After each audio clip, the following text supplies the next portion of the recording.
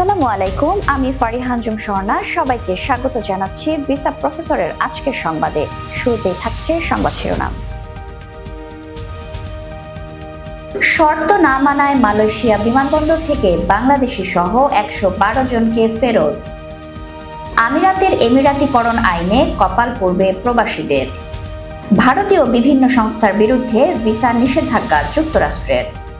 জন্ম নিবন্ধন দিয়ে পাসপোর্ট সংশোধন করতে পারবেন প্রবাসীরা।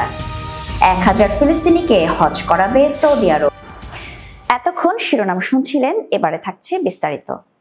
কুয়ালালামপুর আন্তর্জাতিক বিমানবন্দরে প্রয়োজনীয় শর্তাবলী পূরণ করতে না পারায় বাংলাদেশি সহ 112 জনকে ফেরত পাঠানো হয়েছে। সোমবার মালয়েশিয়ার সীমান্ত নিয়ন্ত্রণ ও সুরক্ষা সংস্থার এক বিবৃতিতে এ তথ্য জানানো হয়। বিস্তারিত দেখুন ডেস্ক রিপোর্টে।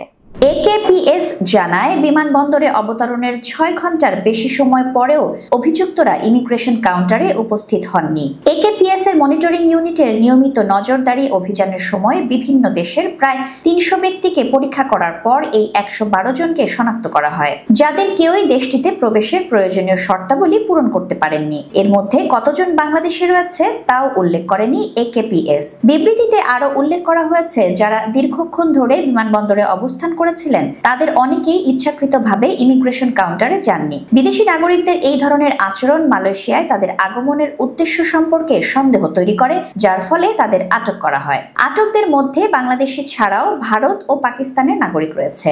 একেপিএস জানায়, আটককৃতরা মূলত পর্যটক হিসেবে প্রবেশের দাবি করলেও তারা ইমিগ্রেশন কাউন্টারের দিকে আগাননি, বরং বিমানবন্দরের বিভিন্ন জায়গায় ঘোরাফেরা করছিলেন এবং বিশেষ কারোর জন্য অপেক্ষা করছিলেন বলে সন্দেহ করা হয়। পরে আটককৃতদের আরও তদন্ত ও পরিদর্শনের জন্য বিমানবন্দরের একেপিএস মনিটরিং ইউনিট অফিসে নিয়ে যাওয়া হয় এবং তাদের বিরুদ্ধে প্রবেশ প্রত্যাখ্যানের আনুষ্ঠানিক সিদ্ধান্ত জারি করা হয়। তবে এই 112 জন ব্যক্তি ঠিক কি ধরনের শর্ত লঙ্ঘন করেছেন সে বিষয়ে একেপিএস বিস্তারিত জানায়নি। সংযুক্ত আরব আমিরাতের মানব সম্পদ ও এমিরাতিকরণ মন্ত্রণালয় দেশের বেসরকারি খাতের প্রতিষ্ঠানগুলোকে আগামী 30 জুনের মধ্যে নির্ধারিত এমিরাতিকরণ লক্ষ্যমাত্রা পূরণের জন্য চূড়ান্তভাবে সতর্ক করেছে। 50 বা তার বেশি কর্মচারী রয়েছে এমন প্রতিষ্ঠানগুলোর জন্য এই নির্দেশনা বাধ্যতামূলক। সময় মতো লক্ষ্যমাত্রা অর্জনে ব্যর্থ হলে তাদের বিরুদ্ধে আর্থিক জরিমানা সহ কঠোর ব্যবস্থা নেওয়া হবে। বিস্তারিত দেখুন ডেস্ক রিপোর্টে। মন্ত্রণালয়ের নির্দেশনায় বলা হয়েছে, 2025 সালের জুন মাসের মধ্যে প্রতিটি যোগ্য প্রতিষ্ঠানকে কমপক্ষে 1% হারে দক্ষ এমিরাতি কর্মী নিয়োগ দিতে হবে। এটি দেশের জাতীয় এমিরাতিকরণ নীতির অংশ, যার লক্ষ্য হলো বেসরকারি খাতে আরও বেশি সংখ্যক দক্ষ আমিরাতি নাগরিককে অন্তর্ভুক্ত করা। মন্ত্রণালয় জানিয়েছে, আগামী 1 জুলাই থেকে প্রতিষ্ঠানগুলোর ওপর নিরীক্ষা শুরু হবে। এই নিরীক্ষায় শুধু নিয়োগ নয়, বরং নিয়োগকৃত এমিরাতি কর্মীদের অনুমোদিত সামাজিক নিরাপত্তা তহবিলে নিবন্ধন ও সময় মতো চাঁদা প্রদান করা হচ্ছে কিনা তাও পর্যালোচনা করা হবে। লক্ষ্যমাত্রা পূরণে ব্যর্থ হলে প্রতিটি এমিরাতি পদের জন্য 42,000 দিরহাম পর্যন্ত জরিমানা গুনতে হবে। এই জরিমানা 2023 সালের মন্ত্রিসভার সিদ্ধান্ত অনুসারে কার্যকর হবে।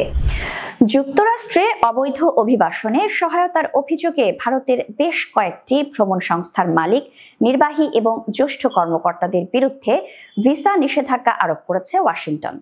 সোমবার মার্কিন পররাষ্ট্র দপ্তর এক বিবৃতিতে এ ঘোষণা দেয়।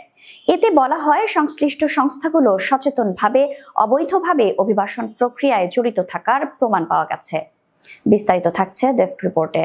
বিবৃতিতে উল্লেখ করা হয়, ভারতে অবস্থিত যুক্তরাষ্ট্রের দূতাবাস ও কনসুলেটগুলো নিয়মিতভাবে অবৈধ অভিবাসন, মানব পাচার এবং সংশ্লিষ্ট অপরাধীদের চিহ্নিত করার কাজে নিয়োজিত রয়েছে। এরই অংশ হিসেবে যুক্তরাষ্ট্রের পররাষ্ট্র দপ্তর এসব ভ্রমণ সংস্থার বিরুদ্ধে কঠোর পদক্ষেপ নিচ্ছে।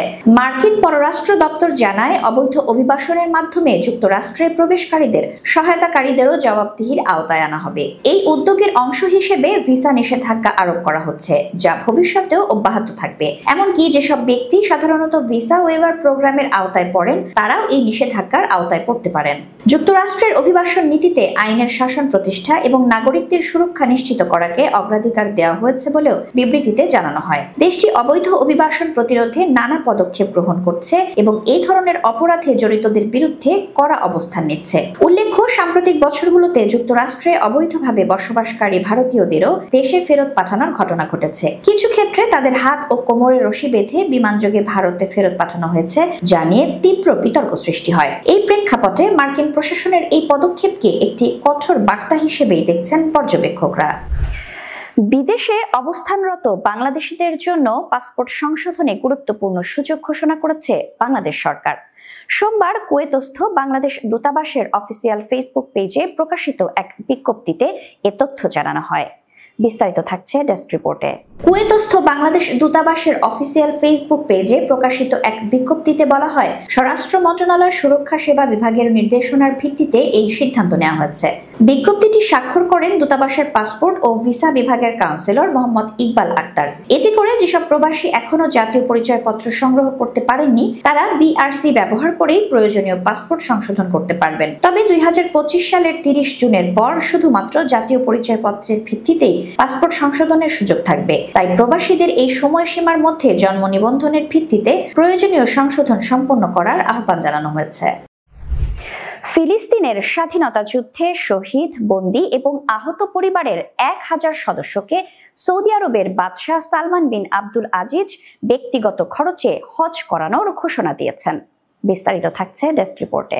সৌদি বার্তা সংস্থা সূত্রে জানা যায়, দেশটির ইসলাম ও দাওয়া বিষয়ক মন্ত্রণালয়ের তত্ত্বাবধানে হজ গেস্ট প্রোগ্রামের অংশ হিসেবে ফিলিস্তিনের শহীদ, আহত ও বন্দী পরিবার থেকে 1000 সদস্যকে এই আমন্ত্রণ জানানো হবে। এক বিবৃতিতে ইসলাম বিষয়ক মন্ত্রী ডক্টর আব্দুল লতিফ আব্দুল আজিজ আলে শায়েখ বলেন, প্রতি বছর সৌদি সরকারের অর্থায়নে নির্দিষ্ট সংখ্যক ফিলিস্তিনির হজের ব্যবস্থা করা হয়। ফিলিস্তিনিদের আত্মত্যাগের প্রতি সৌদি আরবের সহানুভূতির ধারাবাহিকতায় এবার 1000 হজযাত্রীকে আমন্ত্রণ জানানো হবে। এমন উদ্যোগের প্রশংসা করে ফিলিস্তিনের ধর্ম ও আওকাফ বিষয়ক মন্ত্রী হাতিম আল বাকারি বলেন, সৌদি আরব ফিলিস্তিনিদের নানাভাবে সহযোগিতা করে আসছে। বিশেষত শহীদ, আহত ও বন্দী পরিবারের সদস্যদের হজের আমন্ত্রণের বিষয়টি তাদের মানসিকভাবে সুদৃঢ় করবে। এর মাধ্যমে ফিলিস্তিনের ন্যায্য অধিকার প্রতিষ্ঠায় সৌদির স্থায়ী সমর্থন আরো জোরালো হবে বলে আশা করেন তিনি। এ সময় তিনি ক্রাউন প্রিন্স মোহাম্মদ বিন সালমানের প্রতি আন্তরিক ধন্যবাদ ও কৃতজ্ঞতাও প্রকাশ করেন। আজকের মতো এখানেই শেষ করছি ভিসা প্রফেসরের সংবাদ। নিয়মিত আপডেট পেতে ভিজিট করুন আমাদের ফেসবুক পেজ এবং সাবস্ক্রাইব করুন আমাদের ইউটিউব চ্যানেল। আজকের মতো বিদায় জানাচ্ছি। সুস্থ থাকুন, নিরাপদে থাকুন। আল্লাহ হাফেজ।